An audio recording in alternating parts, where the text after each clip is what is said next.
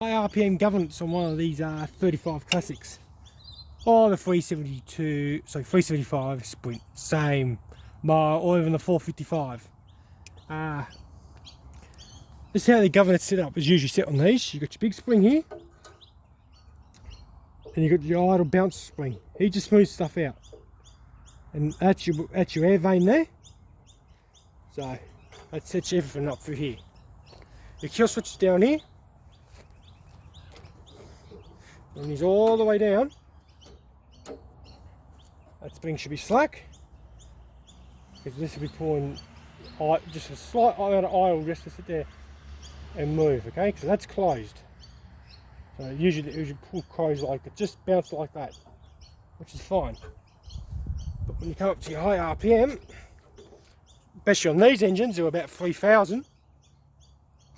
I usually like to set my RPMs a little bit 3,100 or 3,200 depending on the motor for governance drop. But to set the high speed governor on these, you take a pair of pliers and you bend this forward or back. You know, you bend it back, it slows down. Bend it forward, it speeds up. That's your high RP. That's your high speed governance set on these motors. Okay. So all I'm going to give this a start. Oh, squirted some in there, and I'm going to set this because it's running a bit low. Let me just back it right out. Choke.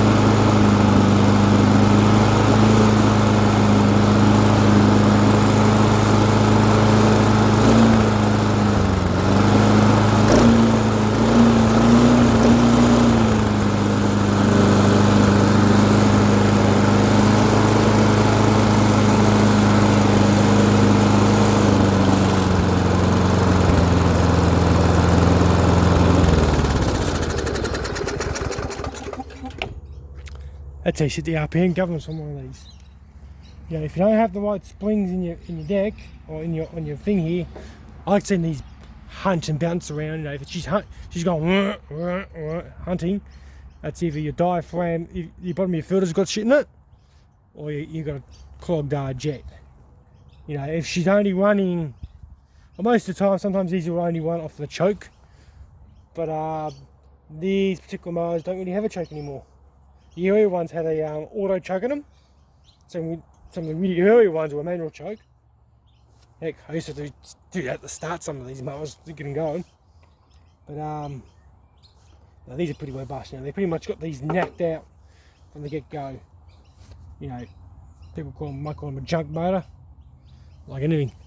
I just pulled one of these apart the other day, one of the 375 splits on an MTD mower. It done 20 years of work.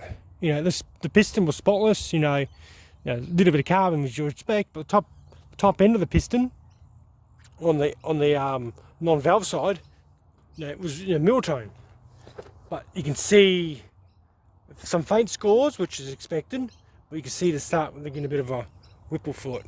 That's usually an indicator of the bore is on its way out. If I said it was blowing smoke by that stage, it just started to blow smoke. It was a bad valve stem on the exhaust side, just going. So it is what it is. You know, 20 years out of a mower, and I used to mow for an hour each day. You know, for 20 years, every week or every 2 weeks. You know, it's not a bad mower. It outlasts a lot of Chinese shit. I'm gonna put this all back together and go mow the lawn with it.